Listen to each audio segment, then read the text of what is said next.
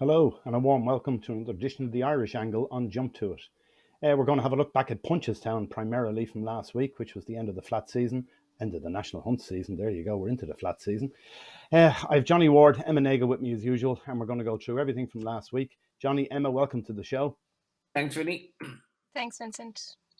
Now, I think all three of us were in Punchestown on different days last week. I met Emma for a brief minute on the Thursday. Emma, you were there Thursday, Friday. Johnny, you were there Wednesday.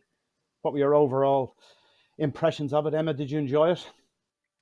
Yeah, no, really enjoyed it. I was there. Thursday was my first day. The crowds were down a bit, I think, on the official figures, but I thought Thursday was a very kind of comfortable day, nice kind of chilled atmosphere. Friday then was a kind of completely different story altogether. Very, very young crowd. Like if you were going for a party, you go on the Friday, but Thursday was more enjoyable for me, a bit more chilled out, and yeah, no, but it was great racing all week. Obviously the Mullins domination, but no, I enjoyed it. And what about you, Johnny? You were there, what, Wednesday, was it? I did a little bit of work for Longford's GA fundraiser. It's an amazing achievement, Longford's GA. They raise about 100 grand every year.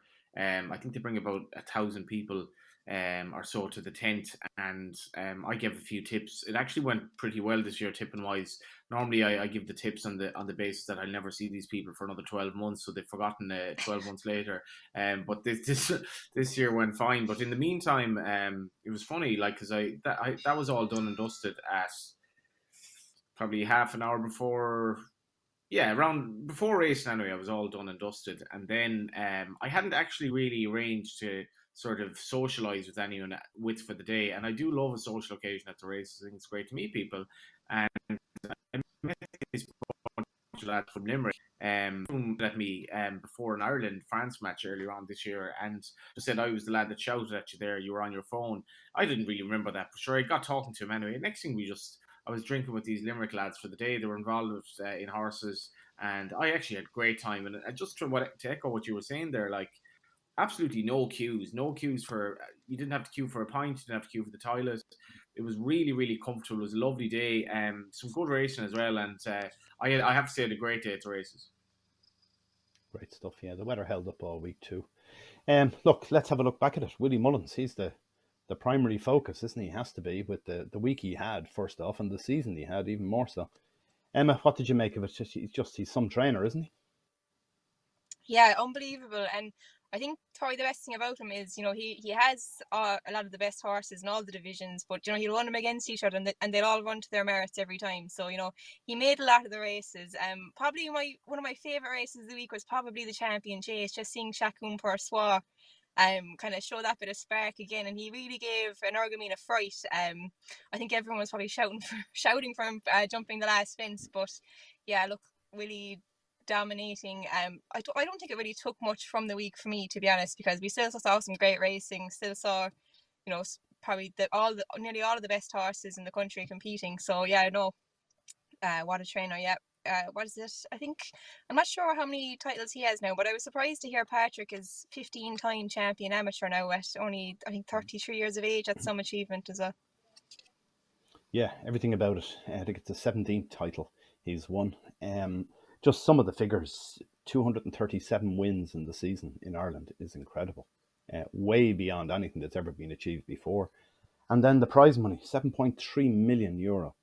He picked up nearly another €2 million in the UK. Like these are telephone numbers. It shows the dominance, as you say. The other thing, Johnny, just to briefly touch on, is the fact we had a huge amount of odds-on shots during the week, partly because there were so many of these winners from Cheltenham were returning to Ireland, and obviously they weren't facing the same opposition, and they'd already won in Cheltenham, so they were bound to be odds-on. I'd normally be against that as a look for the whole 5 days, too many odds-on shots, but 10 of them won. Maybe we should be looking at just backing these. Maybe that's the answer. Is it Galop and Deschamps, the only one beaten? What did you make of the betting side of things? I'd probably have more. I could have had more bets than one fixture at Dundalk than I did the whole week at Punchestown. I really didn't bet that much. I'm wary of backing odds on shots at Punchestown because I think their seasonal aim is effectively Cheltenham. It's not Punchestown, and then they're sort of kept ticking over. And I suppose I opposed horses this week that ended up winning well. But generally, I didn't necessarily get involved. Galop de Champs was one horse. I mean, didn't run his race, honours to win. I think Facile Vega was impressive, but I think he beat next to nothing because there were so many flops in the race, and you expect that at Punchestown. And I don't know, for me, Punchestown is more about it's kind of like having a party at the end of the season and enjoying the race, and rather than reading too deeply into it. There are not that many overseas challengers in the race. The good English horses generally didn't come, but I think it is testament to Willie. I mean, the numbers just become gobbled in your head after a while. What he's achieving, and you almost lose sight of what he's achieving. But I think he deserves a lot of credit for his horses, kind of holding on to their form that into Punchestown, and that maybe is the way that I think Patrick wrote about in the Irish Independent. He trains his horses that they have Dublin Racing Festival, Shelton and Punchestown, and maybe Leopardstown at Christmas as well, and he trains them to sort of peak later on in the season, but he doesn't bring them in all that early, and that's why Gordon does well at the JNY meeting at Down Royal, and that's why Gordon does well at Aintree, because Willie kind of goes elsewhere, and he kept his horses, as a training performance, he kept his horses more or less near enough to their peak at the end of April, which I think is a fair achievement. I don't think Punchestown's a great betting festival, to be honest. I would try to concentrate on. I mean, I was looking forward to Sligo more on Sunday. I couldn't go in the end in terms of bets. I think there's a lot better value in the under meetings than on the flat this time of year. But you can't take any gloss away from Willie's achievement. People will say, "Oh, it's getting boring" or whatever. But first of all, he's a really nice guy to deal with. He's a gentleman. He's achieved his greatness in terms of training quite late in his training career in relative terms, and he's also just hungry for more, and his ability to deal with the loss of the Gigginstown horses all those years ago is quite incredible. He's just the other side of this is that he may not actually be human. I'm told by one of my neighbours who was telling me that he can't believe that Willie Mullins got his hip replaced during Fairy House and yet was walking around Punchestown without a stick, which seems incredible. All right, Chant. Normally it takes you about 6 months to recover from a hip hop. Him 3 weeks, he's back up and running, not a bother. The other thing is that his dominance in the Grade 1 level was the big thing for me. He won 9 of the 12 Grade 1 races. The other 3, he was second in each of them. So with a bit of luck, he might have won all 12 Grade 1s at the meeting, which is astonishing. Emma, what did you make of that? The ones he got beaten in particularly, we saw some great performances. Fast or Slow beating the Gold Cup winner. That was a hell of a race with Brave Man's Game as well.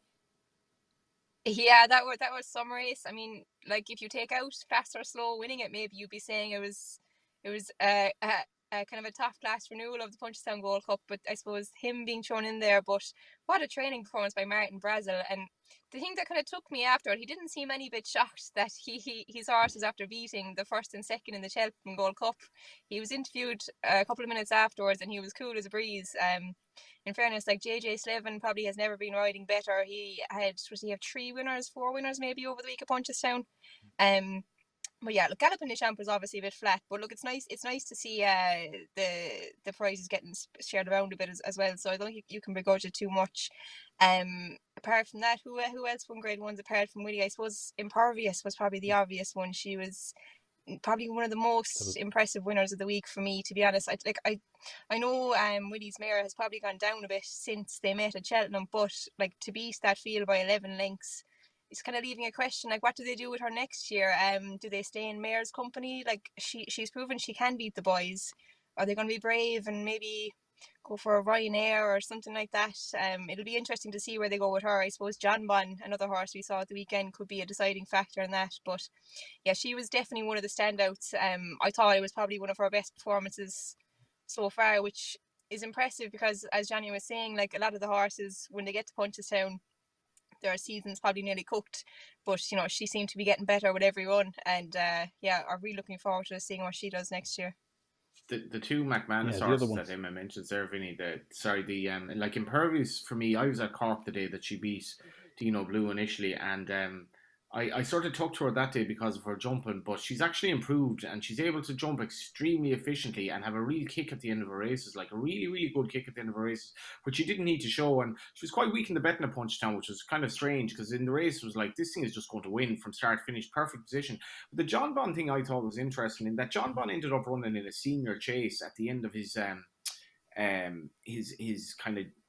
novice season, and when you think Farinelli, the campaigning that he had this season, I think people do need to rethink and look at different routes for horses that make sense. Like John Bond won 90 odd grand, I think, in a race that he was long odds on for, and probably really just needed to sort of show his form and he beat a horse that was second in the champion chase. And John Bond, and I was kind of knocking him a bit after Cheltenham, but I think just the way that Fairnilly and John Bond were campaigned in the last month, in the last few weeks, in the last week, even in this instance, it really does kind of show that people should, live a bit more like Emmett Mullins, I think, in some respects, and Paul Byrne, and think outside the box. Because just because people have been doing things like for the last 50 years doesn't mean you can't do something different.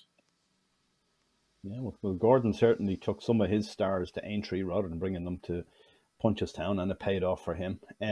But just looking at that, just in the sense of it, the bigger trainers against Willie Mullins in the National Hunt game, there's very few rivals left now, isn't there? Like you've Gordon is obviously still there in second place, but he's a long, long way back now. It's only 2 or 3 years ago that he was going into Punchestown, leading them in prize money and everything else. He finishes 3.5 million behind him in prize money, only about half the prize money that Willie accomplished during the season. Then you have Henry de Bromhead. He had a great Cheltenham, and he had a good Punchestown last year with 4 winners, no winners this time. And then you have Joseph O'Brien and Jessica Harrington, both now concentrating on the flat. Like there was a time when people used to go and become jumps trainers because they couldn't compete on the flat with the likes of Aidan O'Brien, Ballydoyle, Vincent O'Brien in the times before him, and the big yards like Dermot Wells and all the rest of it. Now the jump ones are switching to the flat because they can't compete with Willie Mullins. Like you'd wonder, would Gordon be better off looking at the flat going forward? Is that what we're looking at here, Emma? Yeah, I don't know. It's a tough one because I mean, what did Willie win? 7 grade ones? Was that what we were saying?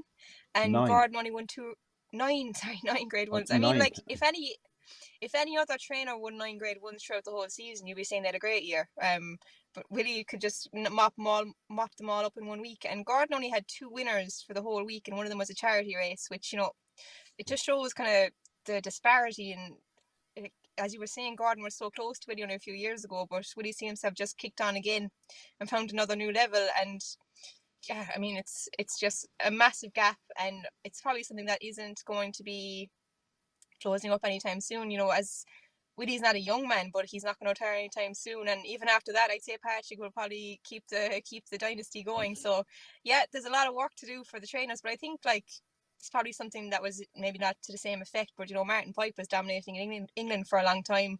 Maybe it's just the case that the rest of the trainers need to get a bit better to catch up rather than punishing Willie for his own skills and talent and getting to the top. But it's, I mean, looking at the figures of the winners, did Henry have a winner all week? Gordon had 2. No. I mean, it was obviously a good week for Emmett with his grade 1 winner, but you'd probably be fairly worried if you were one of the other maybe top 5 trainers in the country, looking at those figures. Yeah, very hard to compete against them at this stage, and probably going to be even harder next year. We'll move on to another couple of things. One of them is we saw a thing last week. The FAI are looking at the betting tax, looking for their slice of it by all accounts. Johnny, they're after commissioning a report by some company called KHSK Economic Consultants to look at the money that the government has given to horse racing. What do you make of that? Can you see a point from their side? I know you're a soccer fan. Yeah, I suppose I should point out, I have more conflict of interest here than anyone. I think because I'm essentially my 2 love in life are race and League of Ireland.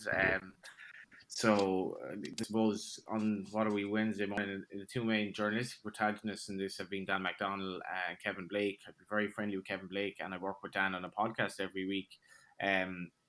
So I come from, I suppose, an interesting perspective on this. But like I've said all along, I do not see, and you might say it's not about whataboutery here, but it kind of is about whataboutery, because racing and greyhound racing might be treated as industries, but I consider them sports. And the racing is given, and particularly greyhound racing is effectively giving government money to keep it on life support. As far as I can see, racing is not quite at that level. But I feel that Irish football has been desperately underfunded in this country from government level, partly because the FAI has been a basket case, partly because soccer hasn't been very well able to represent itself in the corridors of power in Dáil Éireann, whereas racing has been very well able in this respect. Kevin's article sort of, Sorry, still Johnny, the you're economic breaking return. up a bit there. How is it now, You Vinny? okay? You're okay. It's breaking up every so often. I can't quite work out why. Shite.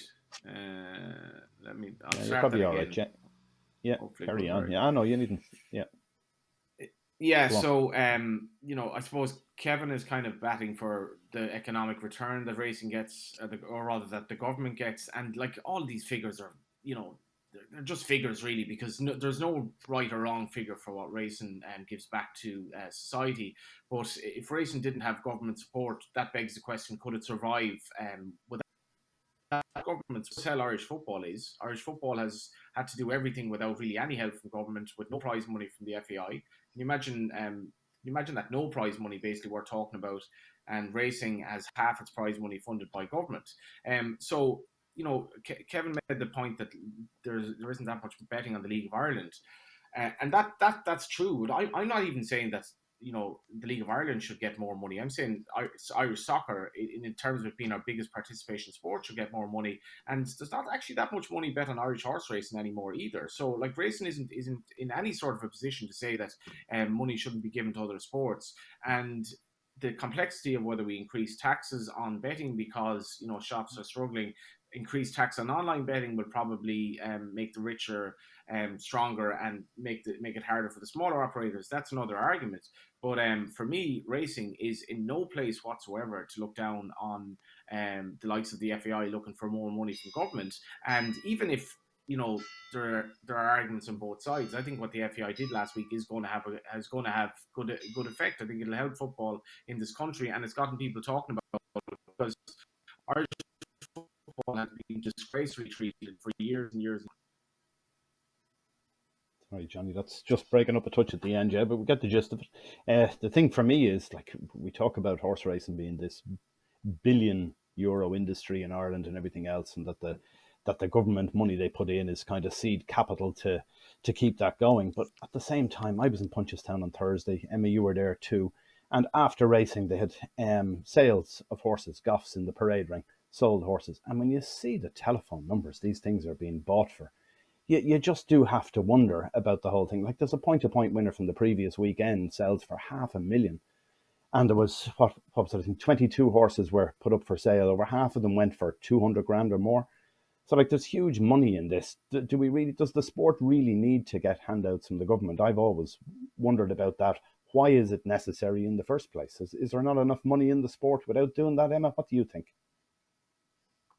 Yeah, I don't know. I'm not sure, to be honest. Obviously, Johnny would be a lot more well versed in the plights of the FAI than I would be. I'm not a massive League of Ireland follower, but I think I just read a few quotes from one of the, I'm not sure what his position was. It was a director of, he was leaving his job anyway in January from the FAI, and his kind of argument was that I think, was it 40 or 50% of the betting tax that comes in is bet on soccer, but I'd imagine the vast majority of that is English soccer, so it's kind of hard to levy that they should be getting 40-50% of the income that comes in based on those figures. But look, I think the money that is given to HRI by the government is definitely put to good use, because Ireland are competing at the highest level.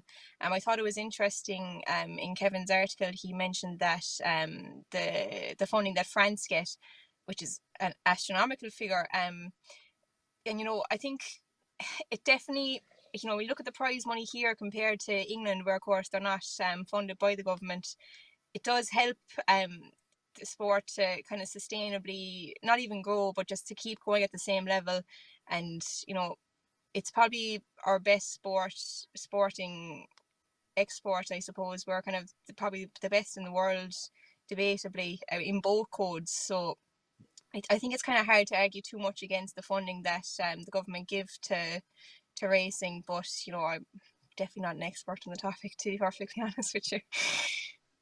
It's funny you mentioned there the French, and I have to say I don't agree with this at all. That Kevin was making the point that that's government funded in France. It's PMU. It's not necessarily. It's through the PMU. It's through the tote, and it's money that's bet directly on horse racing in France, not on soccer and other sports. That So it's directly funding themselves is what they're doing, which in theory, horse racing here should have been able to do through the tote, but we let the bookmakers in the back door, and all the big multinational bookmakers from all over the world are in here now betting online and betting in shops and everything else, which has drawn a lot of the money away, when that should have been, or could have been, something similar to what they have in France, what they have in Australia as well. So I don't think that's necessarily the way we need to look at it now, saying that that's government funding in France. It isn't as such. It's the sport funding themselves, which is what we should Just have been able to do here, I've always felt.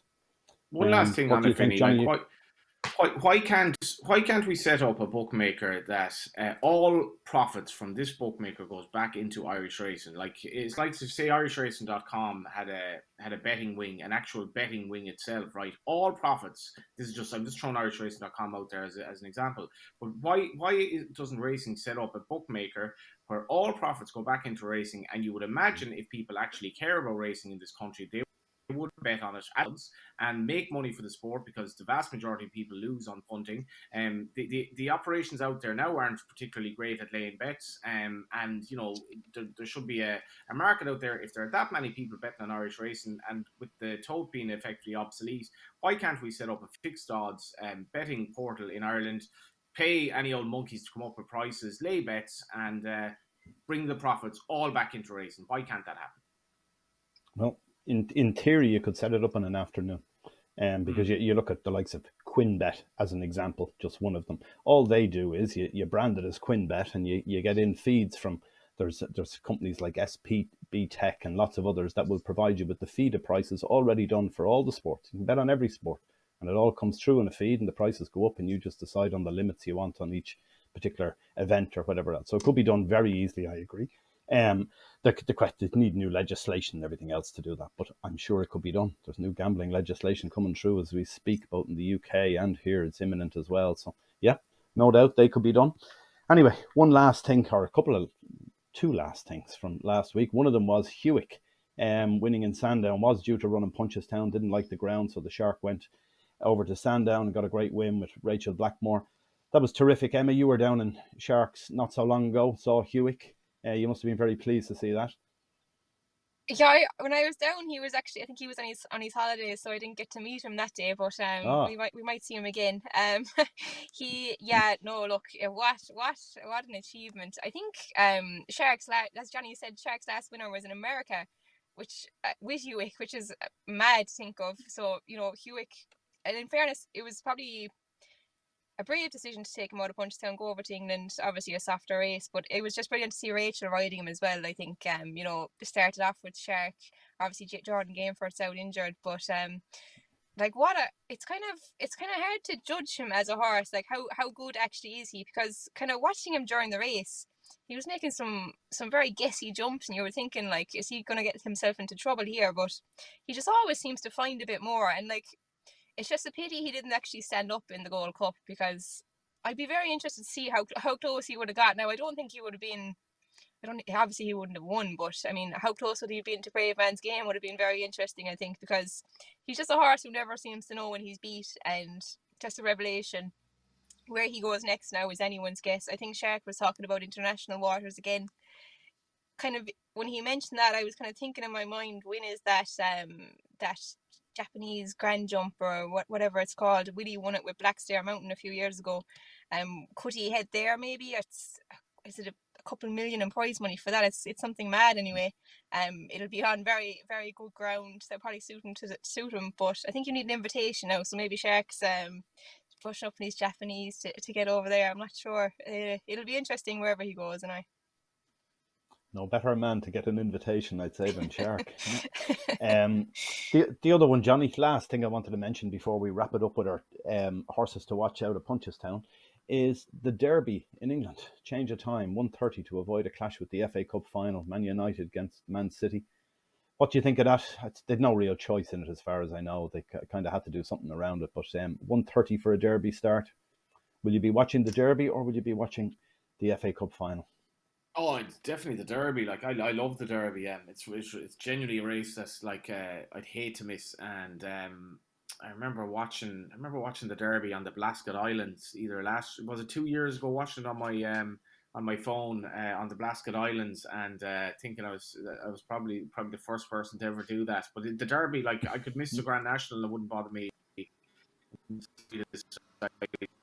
hate to miss the Derby. It's idiosyncrasies. I find that it's it's a fairly level playing field in some respects in the flat at the moment, where Aidan O'Brien isn't really all that dominant in a global sense, and the Derby's a fascinating race.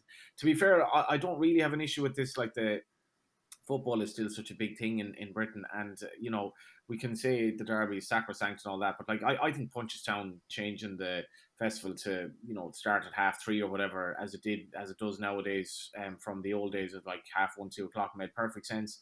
And yeah, I wouldn't really crab them for doing this, to be honest. No, I agree. We've had lots of incidents in Ireland where meetings have clashed with the likes of the big GAA games as well. Yet you have to take into account what the public want, and the public want to see the bigger sports, whether that's on TV or to actually go to the venue as well.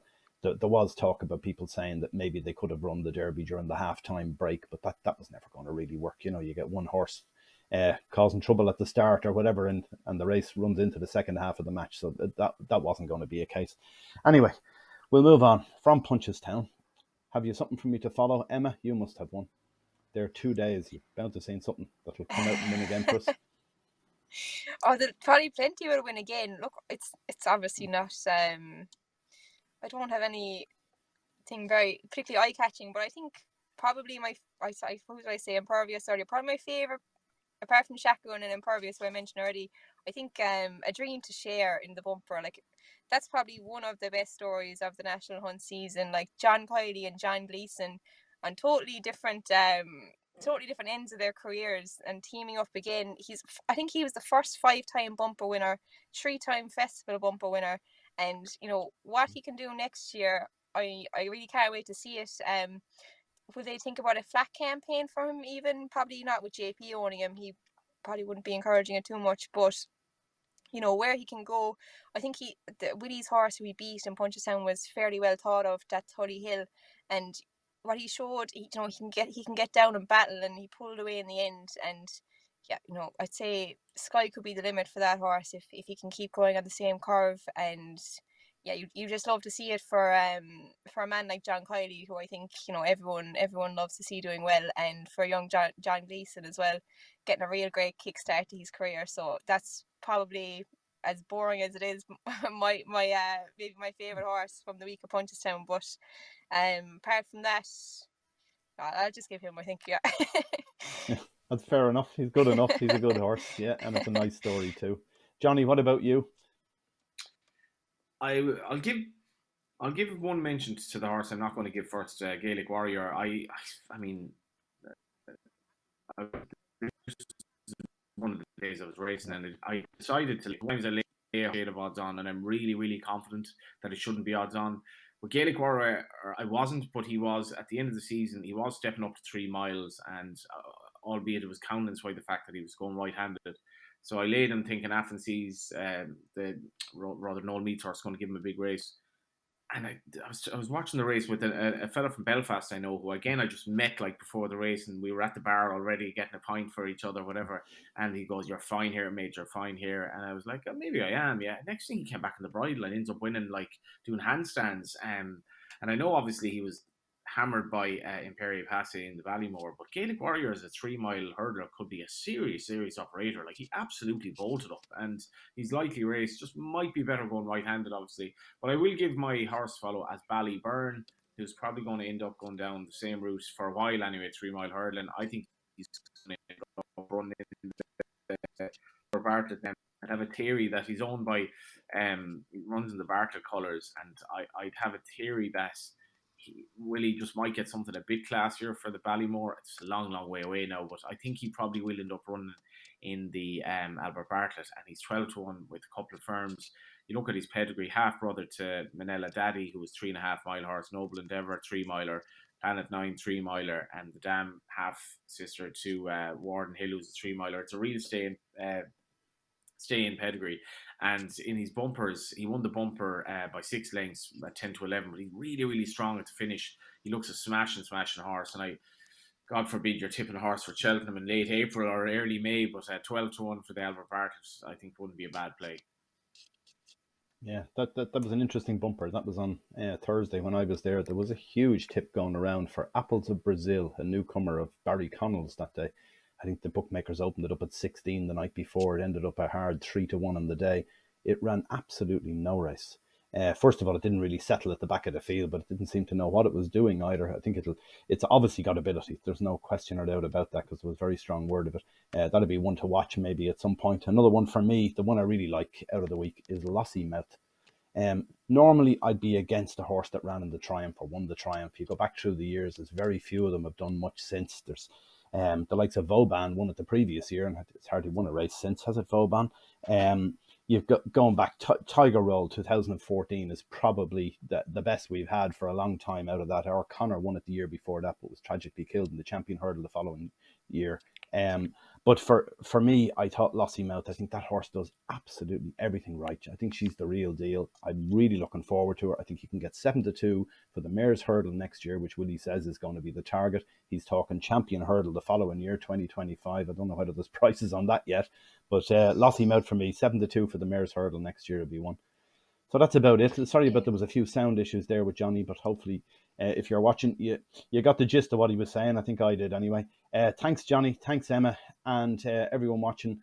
Please join us again next week. Just to let you know, there'll be no shows this Friday or the following Friday for our Jump to It shows. The guys have had to cancel them. There's some other issues in broadcasting section, so they won't be on the next 2 weeks, but we'll be back again next Monday. And thanks for watching, and please do sign up to our channel and get all the notifications. Good stuff. Talk to you again soon. Bye for now.